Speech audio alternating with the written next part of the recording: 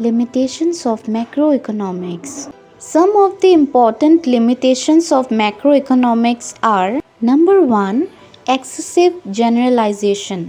Despite the immense importance of macroeconomics, there is the danger of excessive generalization from individual experience of the system as a whole. If an individual withdraws his deposits from the bank, there is no harm in it.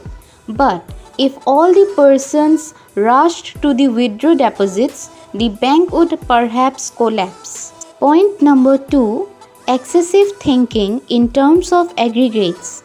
Again, macroeconomics suffers from excessive thinking in terms of aggregates, as it may not be always possible to have the homogeneous constituents. Professor Boulding has pointed out that 2 apples plus 3 apples equals to 5 apples is a meaningful aggregate. 2 apples plus 3 oranges equals to 5 fruits may be described as a fairly meaningful aggregate, but 2 apples plus 3 skyscrapers constitute a meaningless aggregate.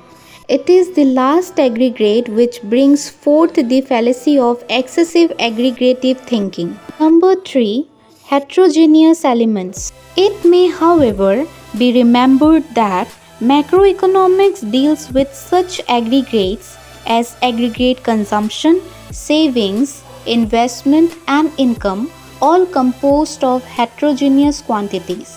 Money is the only measuring rod, but the value of money itself keeps on changing, rendering economic aggregates immeasurable and incomparable in real terms. As such, the sum or average of heterogeneous individual quantities loses their significance for accurate economic analysis and economic policy. Point number 4, differences within aggregates. Under this approach, one is likely to overlook the differences within aggregates. For example, during the first decade of planning in India, from 1951 to 1961, the national income increased by 42%. This, however, doesn't mean that the income of all the constituents, that is, the wage earners or salaried person, increased by as much as that of entrepreneurs or businessmen. Hence, it takes no account of differences within aggregates. Point number 5, aggregates must be functionally related.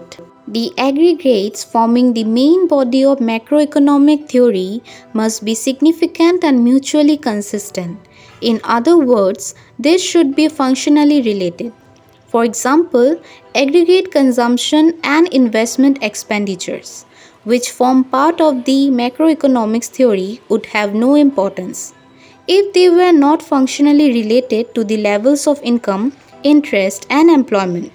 If these composing aggregates are mutually inconsistent or are not functionally related, the study of macroeconomics theory will be of little use.